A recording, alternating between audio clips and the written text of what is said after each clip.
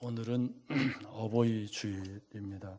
뭐 교회가 정한 건 아니지만 아무튼 모든 교회가 어버이 주일로 알고, 지난주가 어린이 주일이었는데 사실은 이게 지난주는 5월 1일이라서 우리 전사님도 오늘 풍선 다뤄놨잖아요. 지난주에 잊어버렸대. 아니, 잊어버린 게 아니라 갑자기 5월 1일이 이제 어린이 주일이니까 당황한 거예요. 그래서 이제 다 그렇죠 뭐.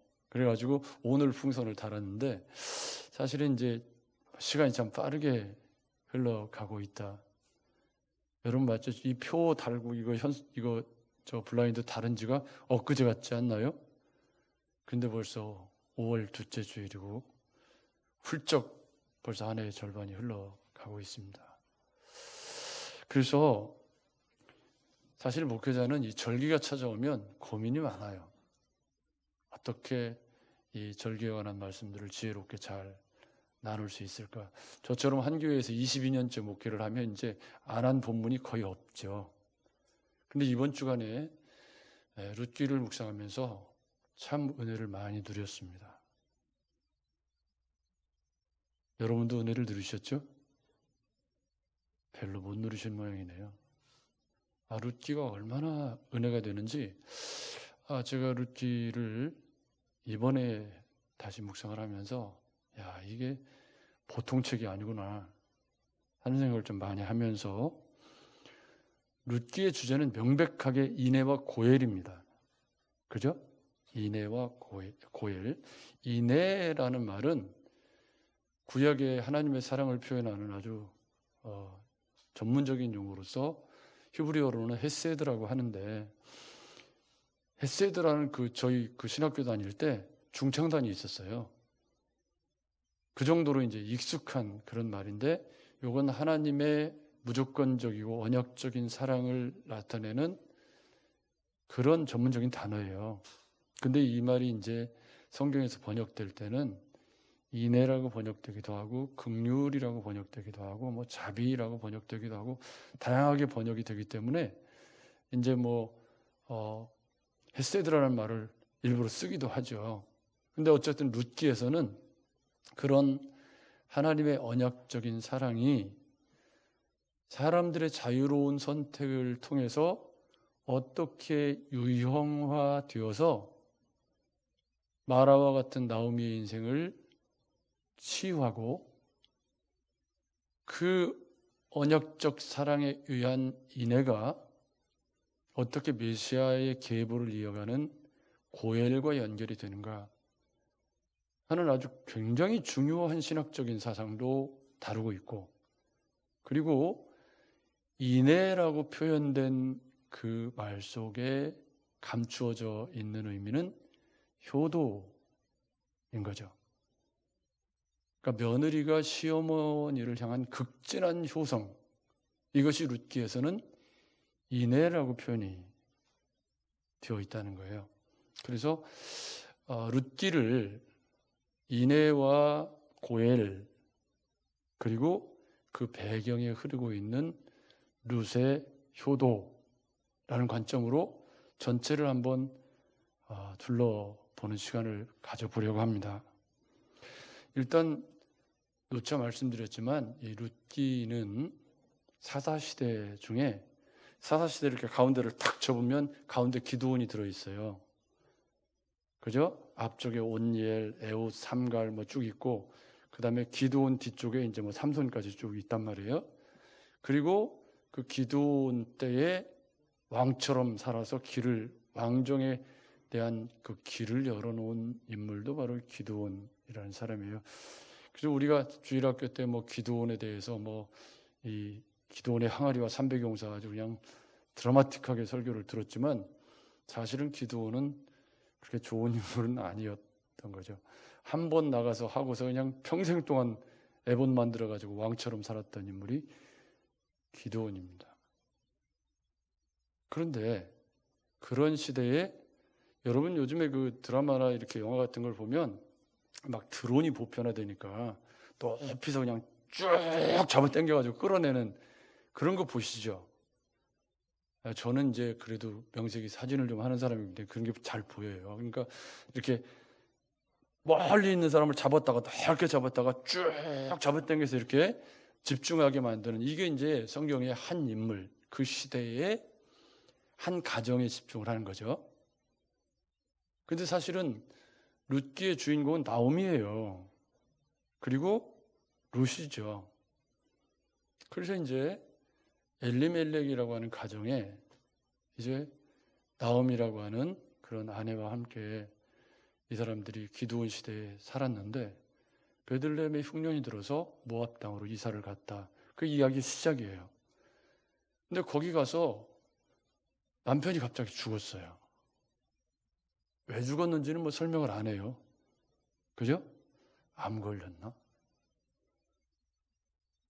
코로나 걸려서 갔나? 잘 모르. 갑자기 간 거예요. 가서 얼마 안 돼가지고.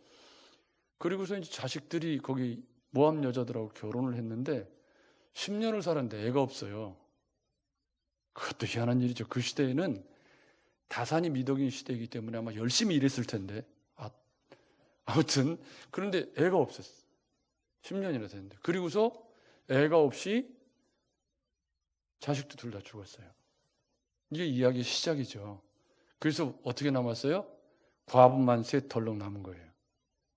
큰 과부, 작은 과부, 작은 과부 이렇게 해서. 그런 상황에 대해서 나오미는 어떻게 이해를 하고 있냐면, 하나님 나를 치셨다. 왜 치셨는지는 모르겠지만 하나님 나를 치셨으니까 내가 이렇게 된 거지, 어떻게 남편 죽고 자식 죽고 다 이럴 수가 있느냐. 그래서 나오미의 인생이 마라. 여러분 마리아들 얘기할 때 마라라는 말을 많이 썼던 걸 기억을 해보세요. 그러니까 마라라는 말은 상처받고 쓰디쓴 인생을 대표하는 그런 상징적인 언어예요. 마라의 쓴물부터 시작해서 이 마라라는 말이 쓰디쓴 인생의 그런 고통스러움을 표현하는데, 나오미가 자기 인생을 말하기를 마라라고 해라. 여호와께서 나를 치셔가지고 내 꼴이 이렇게 되고 남편 죽고 자식 다 죽고 이렇게 됐는데 무슨 내 인생의 나오미냐. 그러니까 상처받고 하나님 나를 치셨다는 생각 때문에 모압 땅에서 자식만 잃은 게 아니라 하나님도 잃었어요. 나오미가.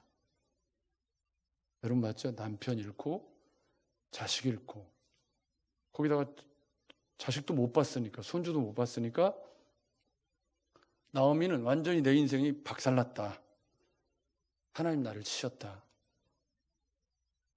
그러고 있는데 베들레헴에 풍년이 들었다는 거예요. 고향 땅에.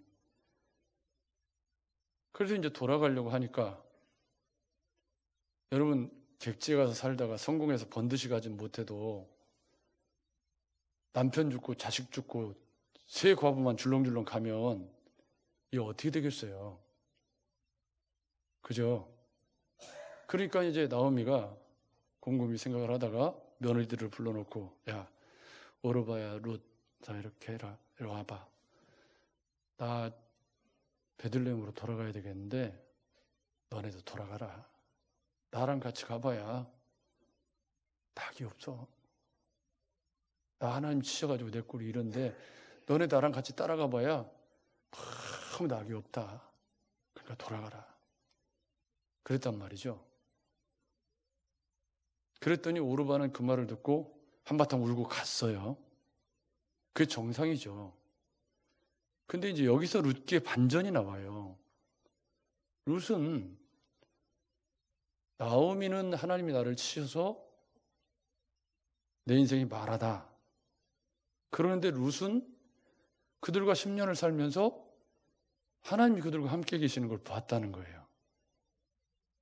그게 1장에 보면 룻이 하는 말 가운데 그런 말이 나오는데, 내가 룻이 이르되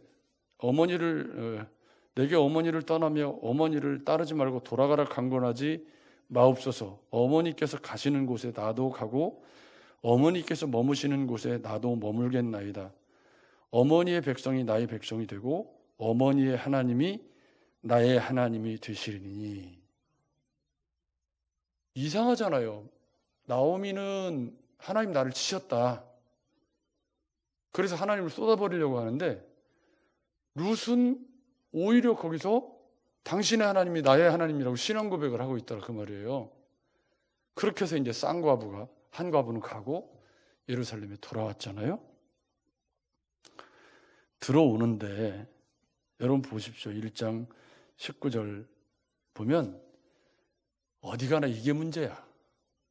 나오미가 돌아오니까 이제 동네 사람들이 어메 저 나오미 아니요? 모압 땅에 가가지고 뭐 어쩌고 하더니 남편 다 죽고 자식 다 죽고 왔대야. 지금 여기 19절에 온 성읍들이 그들로 말미암아 떠들며 이르기를 이가 나오미냐, 이게 그런 의미예요. 내용적으로.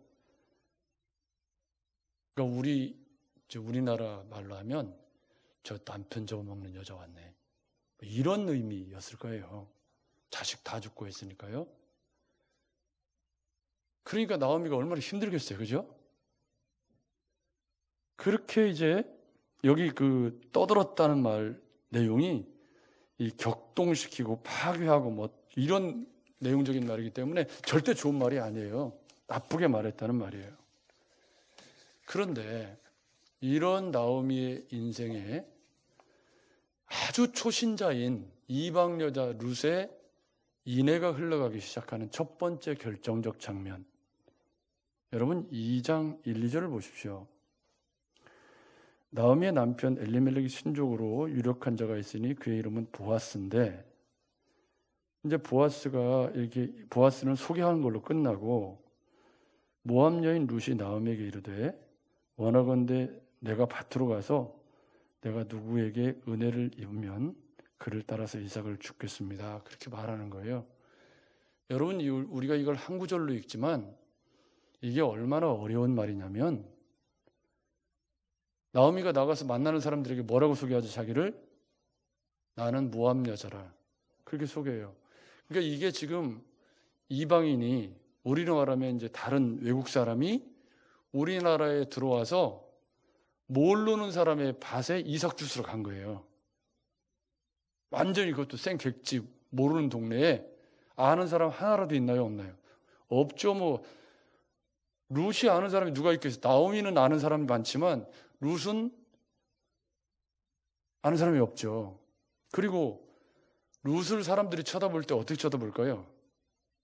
조금 이게 지금 롯의 후손인데 모압 족속이, 근데 이제 생김새가 다르게 생겼을지는 잘 모르겠어요. 근데 사람들이 모압 여자인 것을 알아본 걸로 봐서 이 룻이 이삭을 주스러 나가는 이 행동 자체가 그렇게 쉬운 결정이라고 보기는 어렵습니다.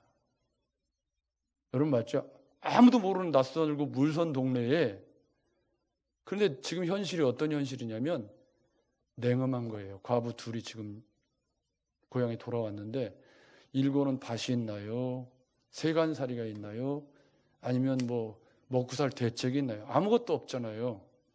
그러면 누군가가 나서서 뭘 해야 먹고 사는 상황이에요 지금. 그죠? 근데 마침 보리빌 때 왔고 이삭 줍기라도 할 수 있는데, 문제는 그 일을 이 이방 여자 룻이 지금 나가야 되는 상황이 된 거예요. 근데 어머니가 시켰나요? 룻이 먼저 했나요? 이게 룻의 인애가 효도라는 얼굴로 나타나는, 우리는 그냥 한 구절 읽는 거지만 본 당사자에게는 이 이삭을 주스러 나간다는 게 본인에게 얼마나 가혹한 일이었을까를 여러분 생각해 보셔야 돼요. 이방인으로서 낯선 동네에 아무도 모르는데 가서 이삭 죽고 있으면 어디서 이 거지 같은 게 와가지고 죄송합니다, 드센 말 써서, 그럴 수 있는 상황이잖아요. 무슨 일을 만날지 알 수 없는. 그런데 나갔다 이 말이에요. 왜요? 시어머니랑 먹고 살아야 되니까. 그러니까 젊은 내가 나가야 되죠.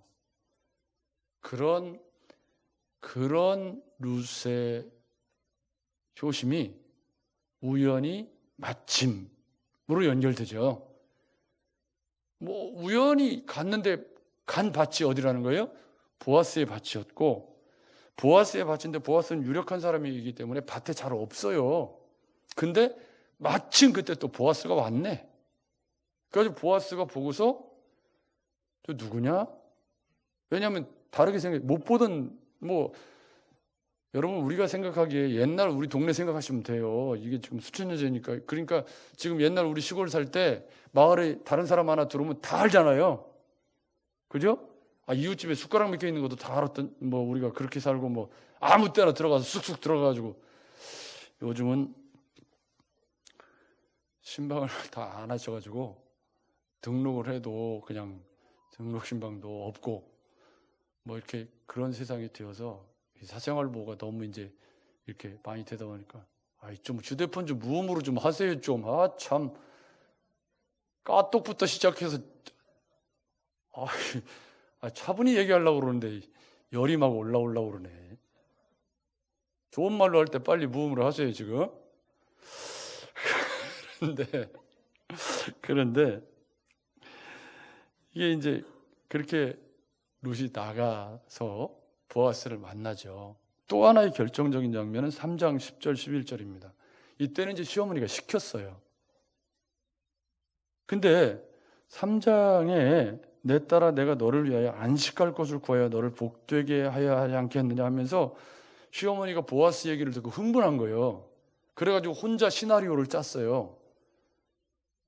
룻이 이해를 했을까요? 못했을까요? 시어머니의 의중을 룻이 얼마나 이해했을까요? 이 계대결혼이라고 하는 이 제도 자체를 룻이 얼마나 이해했을지는 잘 몰라요. 그리고 결정적으로 시어머니가 옷 들치고 잠자리에 들어가라고 한 남자가 늑다리야. 아버지 또래예요. 그러면 룻은 지금 나이가 젊은 여성이거든요. 그때 좋은 풍습이 있기 때문에 결혼해서 10년 지났다고 했어도 30이 안 됐을 가능성이 높아요. 그죠? 그러면 시어머니가 지금 갑자기 네가 안식할 곳을 네가 해야 되지 않겠냐 그러면서 보아스의 입을 그때 당시에는 이 추수를 할 때 보아스가 항상 오는 게 아니고요. 이제 야곱이 양털 깎는 날 축제해가지고 가서 다말하고 이상한 짓 할 때처럼 마지막 탈곡할 때 이제 왔던 거죠. 근데 이게 이제 그 나라 수확이 요즘처럼 탈곡기로 돌리는 시대가 아니기 때문에, 그리고 건조도 기계로 말리고 그런 시대가 아니기 때문에 바람이 불어야 이제 이게 도리깨질을 해가지고 이제 이걸 이렇게 까불러서 알곡을 챙기는 그런 시대여서 보통 오후 한 5시쯤 시작을 했대요. 왜냐면 바람이 밖에 이렇게 다녀보시면요, 오전에는 보통 바람이 잠잠해요. 그런데 오후 2시, 3시 넘어가면 그때부터 막 바람이 엄청나게 불거든요. 대체적으로 봄에 한번 나가보세요. 걸어서 한번 나가보시면 그래요. 그러니까 여기도 그래가지고 이제 오후에 이렇게 타작을 하고, 보통 거기는 이제 날씨가 따뜻한 데니까 그냥 거기서 겉옷 하나 덮고 이제 자는 게 모기는 없었는가 모르겠는데 아무튼 거기서 그냥 그러고 잔 거예요. 근데 그날 이제 마지막 탈곡을 하면서 잔치를 벌이면서 이제 보아스가 거기서 이제 잔다는 정보를 이 시어머니는 다 아는 거죠. 그 동네에 살았으니까. 그래가지고 며느리한테 이제 야, 너 목욕 제기하고 가가지고 여러분 이게 지금 우리가 그냥 읽지만 당사자 룻이 되어서 이 본문을 읽어보세요. 시어머니가 룻을 위한다는 거예요. 지금 너한테 안식할 곳을, 이게 가정이죠. 그래서 이 영어 성경에는 홈이라고 주로 번역을 해놓았어요. 이게 안식할 곳, 이 안식이 그러니까 이제 가정을 이루게 너가 살아갈 수 있도록 해야 되는데 그렇게 하기 위해서 어머니 또래의 늙은 남자인 보아스의 거기를 목욕 제기하고 들어가라는 거예요. 지금 우리 문화로도 이해하기가 어렵지만 그때 당시에 룻의 입장에서 이게 저는 쉬운 일은 아니었다고 생각합니다. 룻이 그 문화를 다 이해했다고 하더라도 쉬운 일이 아니었던 거죠. 근데 본문이 뭐라고 말하죠? 룻이 이의를 제기했다는 말이 없어요. 우리는 이것을 인애라고, 룻이 시어머니에게 베푸는 인애라고 읽었지만 뒤집어서 보면 시어머니를 극진하게 섬기는 며느리의 모습을 볼 수 있죠. 여러분 맞죠? 그래서 인애와 효도가 겹쳐진 얼굴을 하고 있구나. 예수 믿고 살아간다는 건 어쩌면 가정에서도 이런 효부, 효자가 되는 것과 연결되어져 있구나 하는 것을 깨달을 수가 있죠. 여러분 맞죠? 그래서 이 룻의 이런 그 시어머니 본문에 보면 어떻게 되어 있냐면 내 딸아 이렇게 하는데 마지막에 5절에 룻이 시어머니에게 이르되 어머니의 말씀대로 내가 다 행하리이다.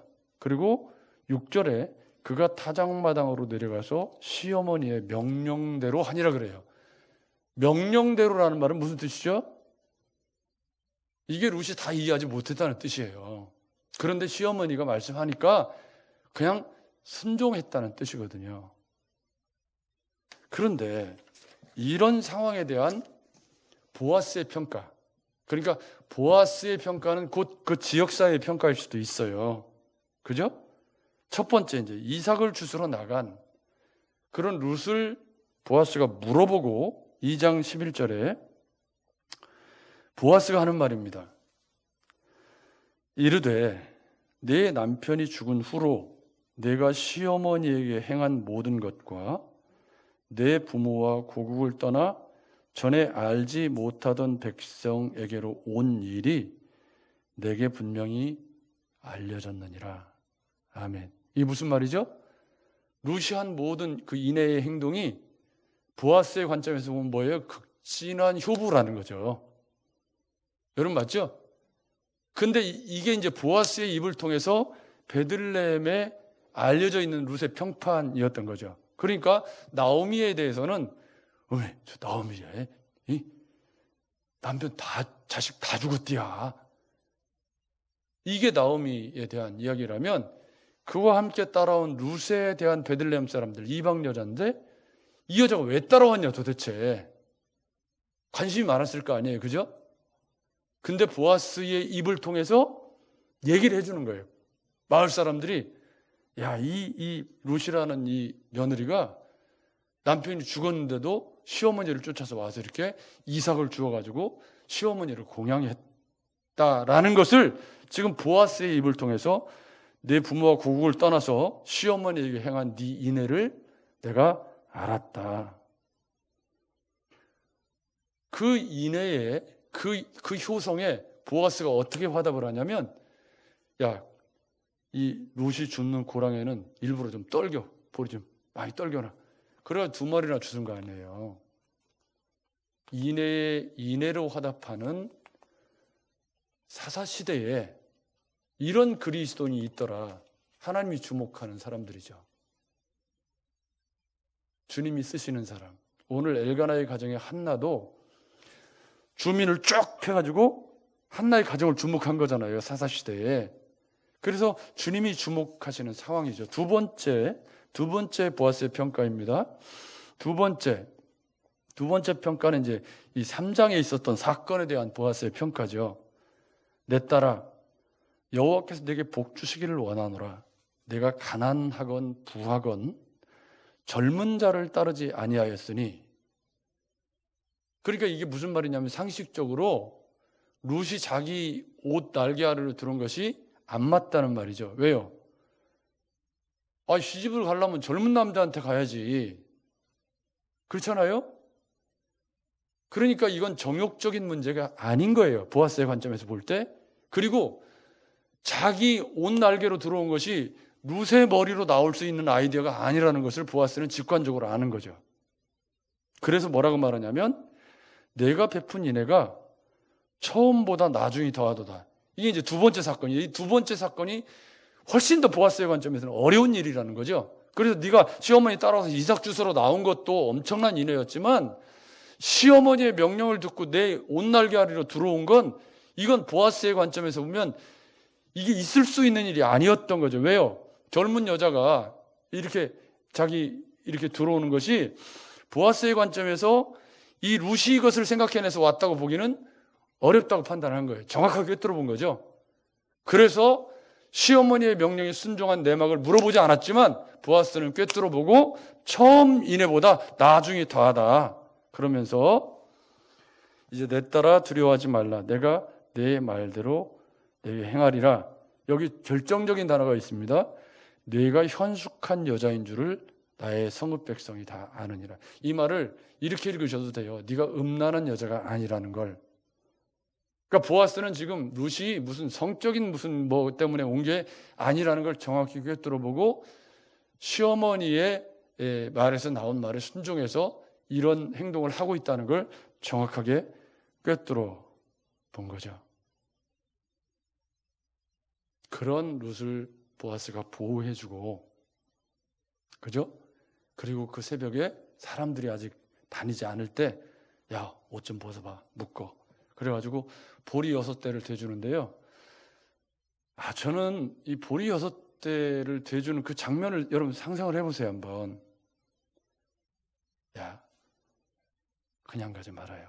어? 시어머니 힘들 테니까 어렵게 사는데 그냥 가면 안 돼. 여기 옷 좀 풀러봐. 여기. 그래갖고 옷을 묶어가지고 거기다 보리 6대를 대주는 이 따뜻한 아버지 같잖아요, 이분이. 그렇게 세심하게 살피고 사랑을 베풀어주는 따뜻한 마음이 보아스가 룻을 바라보는, 그러니까 룻이 시어머니에게 베푼 그런 효도를 보아스가 얼마나 귀히 여기고 칭송하고 있는가를 알 수가 있는 거죠. 그래서 그런 룻에 대해서 보아스가 자기가 베풀 수 있는 인내를 베풀어 줌으로 말미암아 인애와 인애가 만나고 효도가 인애를 만나서 뭐가 되죠? 고엘이 완성이 되는 거예요. 아멘. 여러분, 고엘이라는 게 뭐냐면 대신 값을 치르는 거예요. 간단히 말하면. 그래서 이 고엘의 완성은 예수 그리스도께서 우리의 대속죄물 되셨다가 고엘의 완성이에요. 그래서 이 고엘 제도를 끝을 따라가면 누가 나와요? 우리의 고엘 대신 예수 그리스도가 나와. 그래서 이 제도를 하나님이 제정하실 때 백성들이 이 고엘 제도가 실제로 잘 실천이 됐느냐? 안 됐죠. 희년처럼 잘 안 됐지만 이 제도를 만들어 놓으신 것은 이 고엘의 의미를 정점에 예수 그리스도께서 우리를 위해서 대속제물이 되신 우리의 고엘 대신 예수 그리스도가 있다 그 말이에요.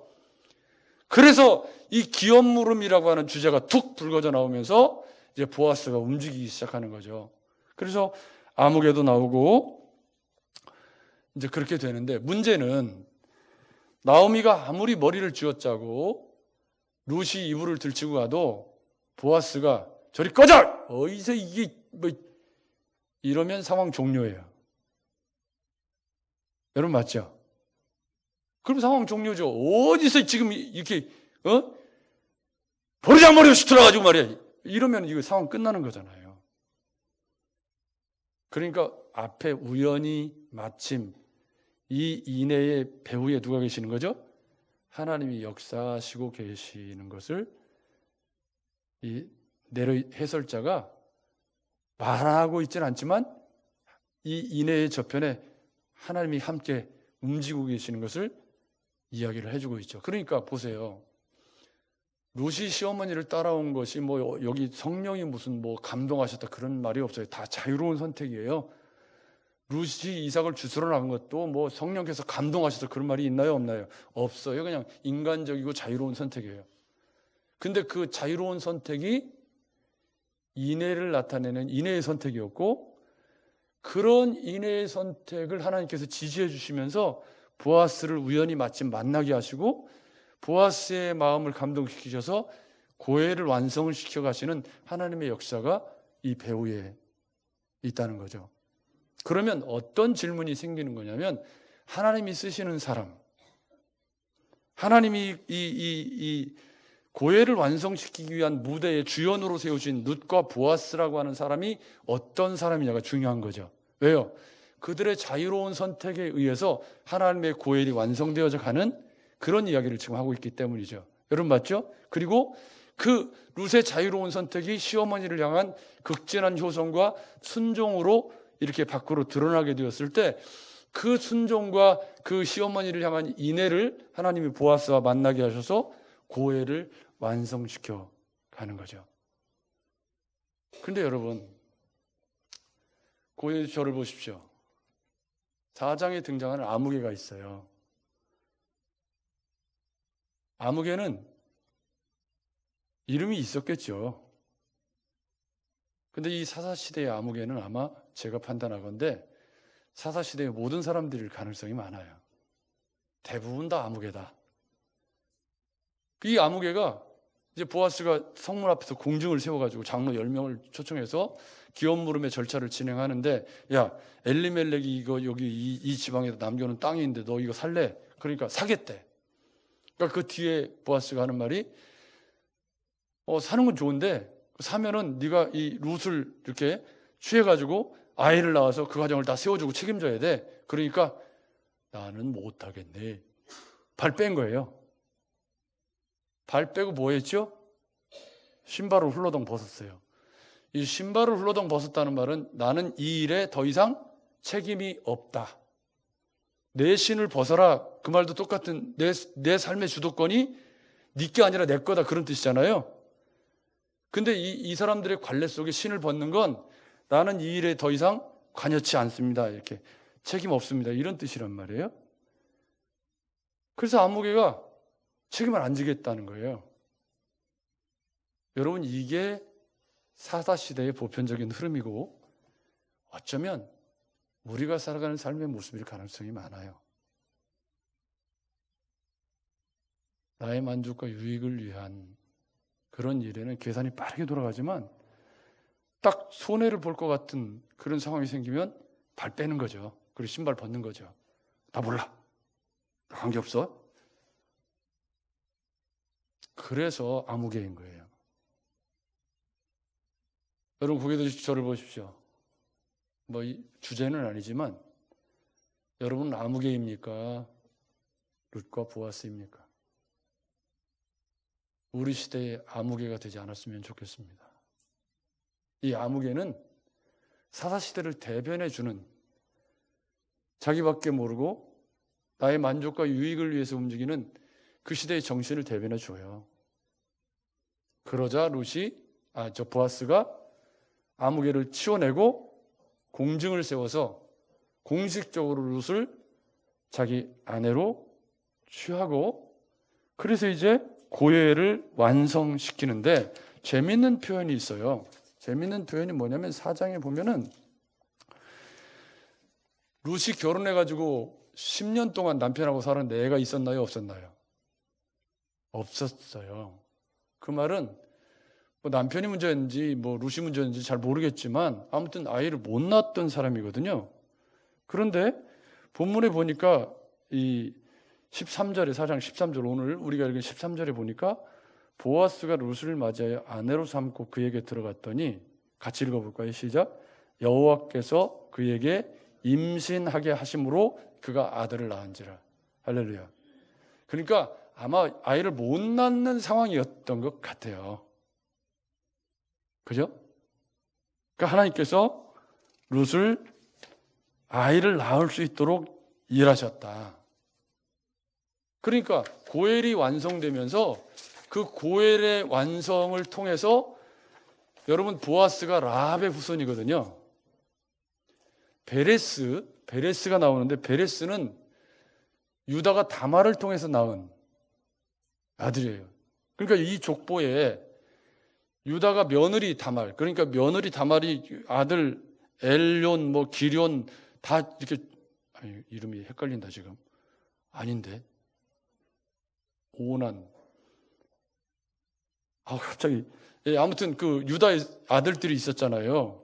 근데 첫 아들이 악해서 하나님이 죽였고, 둘째 아들은 내 씨를 안 주겠다고 해서 땅에다 설정해서 죽었고, 셋째는 이제 죽을까봐 못 주고, 그래갖고 며느리 소방 맞췄잖아요. 그래가지고 며느리가 이렇게 몸 파는 여자처럼 단장하고 가서 낳은 사람이 베레스라는 거예요. 그 베레스를 언급하면서 18절에 베레스의 계보는 이러하니라 이렇게 나오거든요. 그러면 다말, 그 다음에 라합, 그리고 누구? 룻. 의도적인 거죠. 이게 지금 이제 마태복음 1장 5절에 가면 이 족보가 라합에게서 낳은 보아스 이렇게 나오거든요. 그래서 여리고의 기생 라합의 후손 보아스와 모압 여자 룻이 결혼해서 아들을 낳았는데 그 아들의 이름이 오벳인데요. 오벳이 이세의 아버지고, 그리고 이세의 아들이 누구예요? 다윗이지. 그렇게 연결이 되어 가더라는 거예요. 그래서 메시아의 계보가 그렇게 이어져 가서 고엘의 완성이신 예수 그리스도까지 이어지는 그 씨앗이 누구라는 거예요? 룻과 보아스의 인애인데, 그런데 여기서 결정적인 이야기를 살펴야 돼요. 자, 14절부터 4장 14절부터 17절을 보십시오. 여인들이 다시 등장해요. 여인들이. 자, 1장 19절부터 21절에 여인들을 다시 보겠습니다. 여인들이 온 성읍이 떠들면서 이르기를 이가 나오미냐 하는지라 나오미가 그들에게 이르되 나를 나오미라 부르지 말고 마라라고 부르라. 이는 전능자가 나를 심히 괴롭게 하셨음이니라. 이 괴롭게 하셨음이니라가 마라예요. 그래서 내가 풍족하게 나갔더니 여호와께서 나를 비어 돌아오게 하셨느니라. 여호와께서 나를 징벌하셨고 전능자가 나를 괴롭게 하셨거늘 너희가 어찌 나를 나오미라고 부르느냐. 상처받고 찢기고 상한 마라의 심정으로 하나님도 쏟아버릴 위기에 있었던 나오미였어요. 근데 그 마을 사람들이 이 오벳이라는 이름을 주어주면서, 오벳이라는 이름은 봉양자라는 뜻이에요. 그 나오미의 아들로 나오미를 봉양할 사람, 이런 뜻이란 말이에요. 그러면서 뭐라고 얘기를 하냐면 찬송할지로다 여호와께서 오늘 내게 기업 물을 자가 없게 하지 아니하셨도다. 이 아이의 이름이 이스라엘 중에 유명하게 되기를 원하노라. 아, 유명마트 이름이 여기서 나왔다. 야, 우리 장로님이 참 이게 성경을 많이 보시는 분이, 그래서 유명마트가 아니고 유명하게 되기를 원하노라. 이는 내 생명의 회복자이며 내 노년의 봉양자라. 곧 너를 사랑하며 7 아들보다 귀한 내 며느리가 낳은 자로다. 아멘. 이게 효부상 준 거잖아요, 지금. 7 아들이라는 건, 7이라는 숫자는 완벽이라는 뜻이잖아요. 그러니까 이 7 아들보다 더 귀한 내 며느리라는 건 룻이 얼마나 그 마을 사람들에게 칭송받는 그런 존재가 되었는지를 알 수가 있고, 그런 룻이 낳은 오벳으로 인해서 마라와 같은 나오미의 인생이 어떻게 됐죠? 다시 회복돼서 나오미, 히락의 인생으로 바뀌면서 룻기가 끝나요. 아멘. 15절을 제가 현대인의 성경으로 읽어볼게요. 이제 이 아이가 당신에게 살맛나게 해주겠군요. 늙음하게 당신을 잘 모시겠죠. 이 아이는 7 아들보다도 더 당신을 극진히 모시던 당신 며느리가 낳은 아들이니까요. 아멘. 효부였다는 거예요. 이게 무슨 얘기냐면 이 룻기의 효부가 인애와 연결이 되어 있다는 건, 인애는 뭐죠? 하나님의 언약적 사랑이에요. 그 언약적 사랑이 유형화될 때 가정에서 어떤 모습으로? 시어머니에 대한 극진한 효성으로 나타나더라. 그래서 룻기는 인애와 고엘의 책이지만 며느리의 극진한 효도의 책이기도 하다는 거죠. 아멘. 그런데 여러분, 오늘 어버이 주일입니다. 그래서 일단 거두절미하고 저와 여러분이 우리 시대에 룻과 같은 효자 효부가 되기를 주의 이름으로 축복합니다. 그런데 조금 더 다른 관점에서 보면 이 보아스와 룻이 누구를 회복시켰죠? 마라와 같았던 나오미의 인생, 절망에 빠져있고 하나님 나를 치셨다는 피해의식에 빠져있는 나오미를 어떤 인생으로 바꿔가죠? 보아스가 등장하는 순간 나오미가 갑자기 삶이 활기가 생기기 시작해요. 잊고 있었던 거예요. 고엘이 있다는 것 자체를. 근데 보아스가 등장하는 순간 생각이 났어요. 그렇지만 보아스가 거절했더라면 끝나는 거죠, 그렇게. 그래서 마라로 끝날 인생이었죠. 근데 룻과 보아스가 만나서 마라와 같았던 나오미의 인생을 회복하고 치유해서 다시 기쁨의 인생을 만들고, 마을 사람들이 나오미래 손가락질하던 그런 인생에서 하나님을 찬송하는 네 봉양자라, 7 아들보다 귀한 네 며느리라고 하는 칭송을 받는 기쁨의 인생으로 바꾸는 일을 누가 한 거죠? 룻과 보아스가 한 거죠. 그들을 통해서, 그들의 인애를 통해서, 그 효도를 통해서 한 거죠. 여러분, 거기서 저를 보십시오. 저와 여러분이 존재하는 삶의 자리에서 우리는 다 룻과 보아스처럼 내 아내, 내 남편을 회복하고 치유하는 인생을 사셔야 합니다. 내 어머니를, 그리스도인으로서 우리가 하나님 나를 부르셔서 화평케 하는 자로 살아가기를 원하셨을 때, 나로 인해서 어머니가 속을 썩고 시어머니가 속을 썩고 저희 징글징글한 놈, 이런 인생을 살고 있다면 룻기가 던지는 메시지를 다시 보셔야 합니다.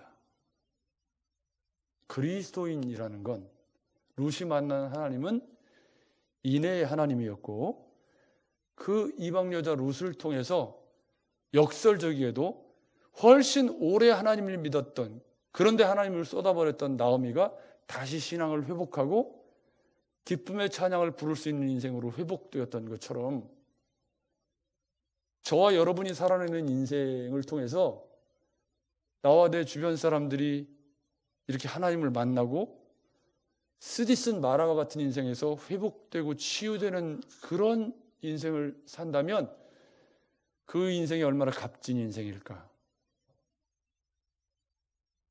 여러분, 그런 인생을 꿈꾸시기 바랍니다. 그런 인생을 살게 해달라고 기도하셨으면 좋겠습니다. 여러분을 통해서 가정이 회복되고 마라와 같았던 인생들이 치유되고 주님을 만나고 격려받고, 그런데 거기서 놓치지 말아야 할 게 있어요. 그 인생은 아무개로서는 살 수 없는 거예요. 룻이 쫓아오고 처음에 살폈던 이삭 주스러 나가고 시어머니의 명령에 순종하는 일이 다 어떤 일이죠? 힘들고 손해보는 일이에요. 쉽지 않아요.